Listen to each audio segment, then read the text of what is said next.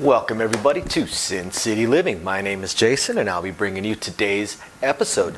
As always, please hit those like and subscribe buttons. We have a ton of content for you guys coming out every single week, every single day generally. Occasionally miss a day like I did during the rodeo that is still ongoing right now. And I hope all of our patrons out there are appreciating the patron-only exclusive videos we're putting out with the dice class, putting one out every couple of weeks.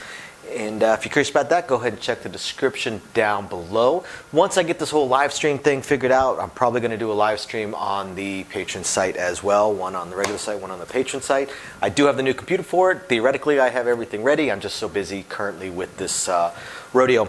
And one of our fans asked a question a little while back about ways to tip us, to show appreciation to us without having to sign up as one of our patrons. And at the time we did not have any way of doing it, but I have managed now to get us signed up with a site called Buy Me a Coffee. As I'm sure some of you guys have noticed from some of our videos, Louie and I are both pretty heavy coffee drinkers. So if you're curious about that as well, go ahead and check down below in the description as well. We would definitely appreciate any cups of coffee you're willing to pick up for us. And don't forget to email us with any strategies, questions, suggestions, anything at all. We love shooting those videos for you guys. I actually haven't gotten a new email in about 2 weeks. And also, don't forget, anybody that may be interested in one of the small Sin City Living neons that we have, just email us that as well, sincitylivingLV@gmail.com. Otherwise, I'm going to go and get into today's episode. Today I'm going to talk about an interesting strategy that I came across. This one has a lot of different ways to play it. It's actually a fairly simple strategy. I would say it takes a medium bankroll. It doesn't take a bankroll in the thousands, but it definitely is going to take a bankroll in the hundreds, unless you just like to really go for it right away. And this strategy, we're going to say there's a point. Doesn't matter what the point is. I tend to use the 9 a lot. And it's really simple. It really, really is. You're going to set up. I messed that up. I did 2 units instead of 3. You're going to set up 66 inside. If the point is an inside number, you're going to include that point. So it's going to be 66 inside, including. But wait, there's more. Last one, pretty dang simple. You're going to have a $12 field bet. Why 12, you ask? Because that seems kind of an odd number. Pretty simple. This is similar to the pyramid strategies or the power 6-8 strategies, the funnel strategies. It's similar in that aspect, in that you're really pushing for these numbers right here. If the field wins, it's going to get paid $12, right? So we would pay the field $12. Now what the player is going to say is, press my 6 and 8. Okay, pretty basic. We'll press the 6 and 8. So now instead of 18, we've got $24 on it. What if the field doesn't roll, you ask? Glad you asked. If it happens to be a no field number, which would have to be one of these, no field, let's say a 5. It's going to get paid $21. In the field it goes. The way this strategy is designed is that it is using the field to pump the 6 and 8, and it is using the non-field numbers to pump the field, to keep the field going. If the field were to win right now, they would win $21. Guess what they would do? Press my 6 and 8. Now, as these press, you're not going to continue putting every penny into the field. So the player would ask for some change, so they can get some ones in there.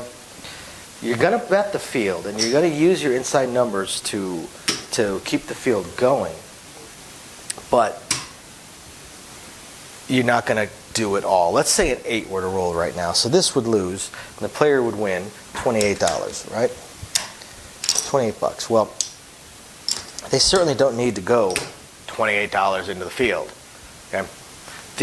The initial idea of this bet is that the inside numbers, the 5, 6, 8, would always go into the field. It would just keep the field bet going.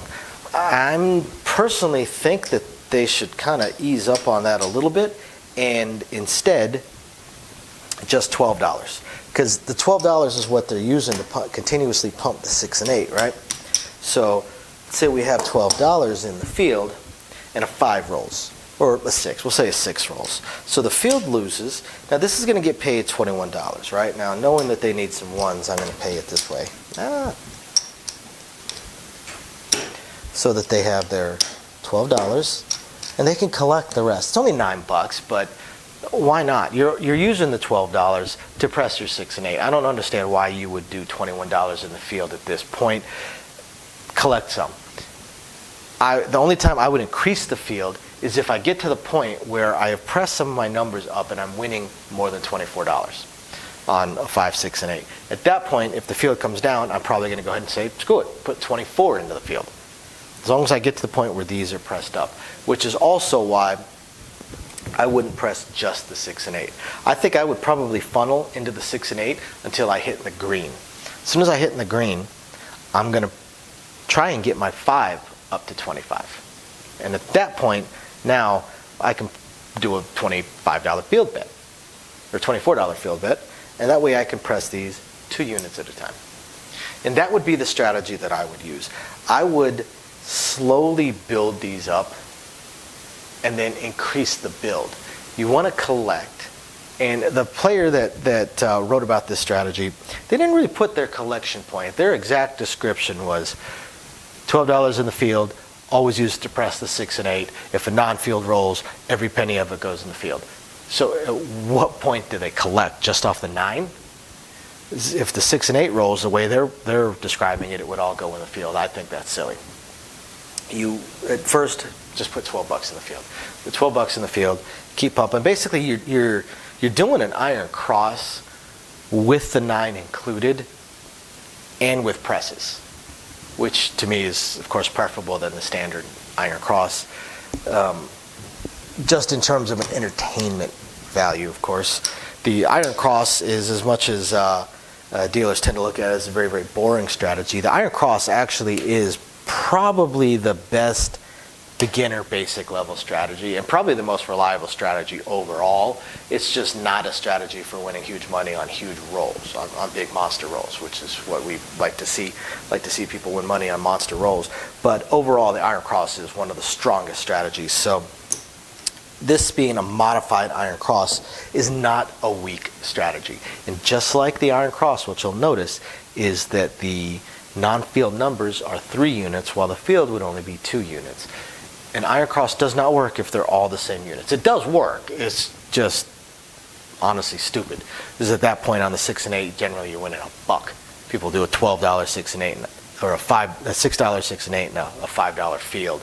Then they win $1. Or if they're on a $10 table, $12 6 and 8, and $10 field, so they win $4.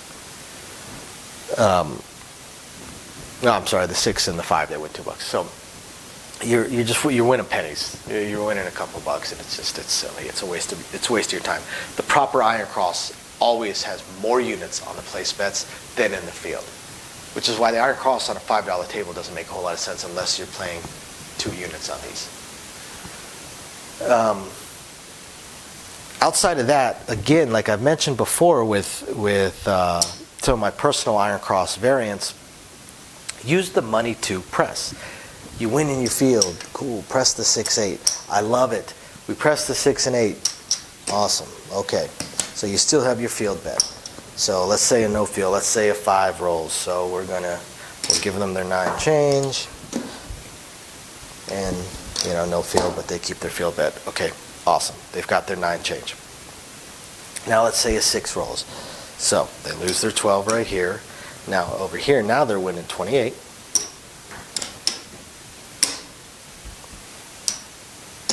Go back in the field, they collect. Now let's say the field rolls, let's say a 10 rolls. Okay, press my 6 and 8. I would love to. We now know what they are at. They are at 30.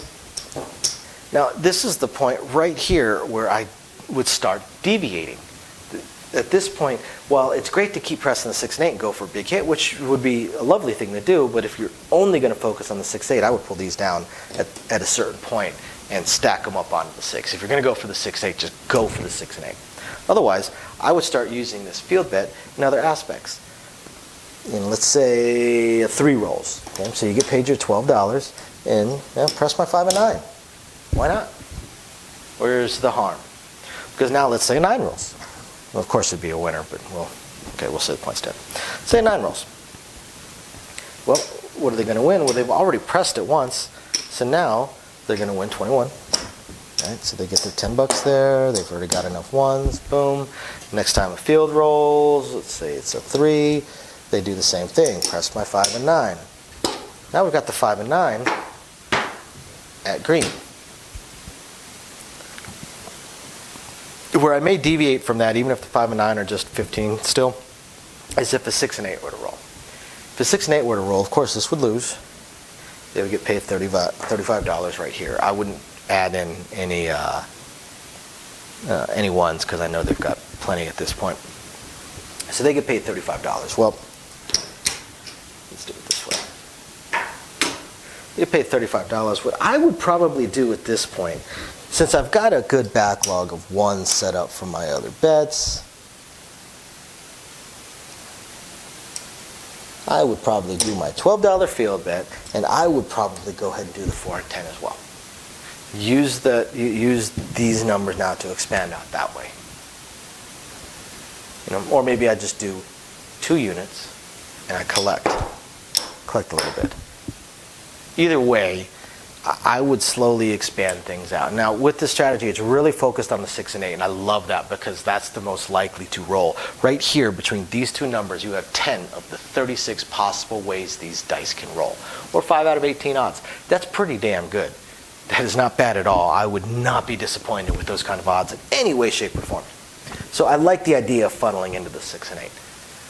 But if you want to make good money on a longer roll, on a decent roll, at a certain point you have to expand out. You have to broaden your horizons. You have to fly free, my child. So at a certain point, you got to expand it out. And I would probably use the 6 and 8 to do that. Or maybe I would use the 9 since it's going to win in the field and it's going to win on the place bet. But either way, I would suggest expanding this out. But that is entirely up to you, however you choose to do it. I hope you guys enjoy this strategy, and we hope to see you guys next time. Please hit the like and subscribe buttons. I'm Jason. We'll catch you later. So, as I promised, I wanted to go over very briefly our upcoming attempts at a third test live stream. So what's happened so far? The first test live stream just flat didn't work. The problem that I had was was an equipment problem. I had an equipment problem in that the equipment that I was using to translate the camera into streamable video to the computer required a better USB port than the computer I was using at the time. So that one just flat failed because it would not translate into the computer. The computer would not pick it up, would not read it, so I wasn't able to live stream it. So then, as I was looking through, because I'm a little bit of a tech head, as I was looking through all of my other stuff, because I do have 4 laptops here and 3 computers, I did find one that actually did have the newer style USB port. Unfortunately, it was actually my oldest laptop, but I figured, what the heck, let me give it a shot. What's the worst that can happen? And this time around, when I fired everything up, the video was actually translating onto the computer, so things were looking better. But then when I attempted to live stream, the computer was not powerful enough to be able to translate it and then upload it sufficiently. So it basically just uploaded a blank screen for the live stream. So what I am going to have to do is, and I'm already looking into all of my options, I'm going to upgrade my computer so I can add, a 7th, 8th computer to my household. And I'm going to go much, much higher, and I'm going to get a computer that is far more than I need for this, far, far, far more powerful than I need for this. That way, any future upgrades that I may do, the computer will be able to handle it. So unfortunately, this computer is going to cost me about 25% more, about 25% of what I've already laid out in all the equipment for this channel. So it wasn't something I could just instantly buy. I'm probably looking at Black Friday or Cyber Monday. So hopefully I have it within the next couple of weeks, and then I'll do another test live stream and see if I can go from there. So I will definitely do at least one weekly live stream on our Patreon because they're the ones that are really helping us get this computer and the other equipment that I'm going to get, because I figure if I'm buying the computer, I might as well buy the most high-end capture cards and things along those lines, get everything as good as possible, and then hopefully eventually get a better microphone for you guys. So yeah, that's where we stand on the live stream. As soon as I have the computer and I do the test, which will be in a few weeks, like I said, I've got to order it in a week or two, then I have to wait for it to ship. Plus we have probably the biggest event of the year coming up, the NFR National Finals Rodeo. So I'm basically working 2 weeks straight, as is my wife. So not going to have a whole lot of time. But once we get all that under control, then we'll figure out. There's been some schedule changes to myself, some schedule changes to my wife, and some upcoming schedule changes to my wife as well. So hopefully we can get all the scheduling figured out so I know when I'll be able to live stream as well. My initial plan of Thursdays at 6 o'clock is already out the window. I'm at work at that point now. So we will get it all figured out, and we will let you guys know, I promise. And otherwise, I hope you guys have found this interesting, enlightening, illuminating, or at least just plain fun. And we will catch you guys next time. Bye now.